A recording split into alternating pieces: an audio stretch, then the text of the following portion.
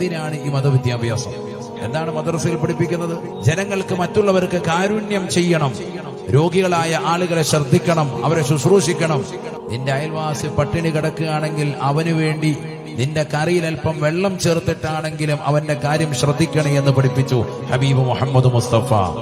നിന്റെ അയൽവാസികളിൽ 40 വീടുകൾ നിന്റെ പരിസരത്തുള്ളത് മുഴുവനും നിന്റെ അയൽവക്കമാണ് എന്നും ചേർത്തു സയ്യിദുനാ റസൂലുള്ളാഹി.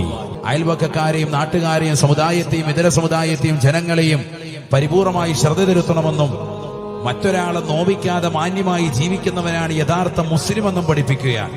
മനുഷ്യരോട് മാത്രമല്ല, മനുഷ്യത്വം മാത്രമല്ല, മാനവികത മാത്രമല്ല, സർവ്വ ജീവജാലങ്ങളോടും കാരുണ്യത്തോടുകൂടി വർത്തിക്കണമെന്ന് പഠിപ്പിച്ചു സയ്യിദുനാ റസൂലുള്ളാഹി സ്വല്ലല്ലാഹു അലൈഹി വസല്ലം.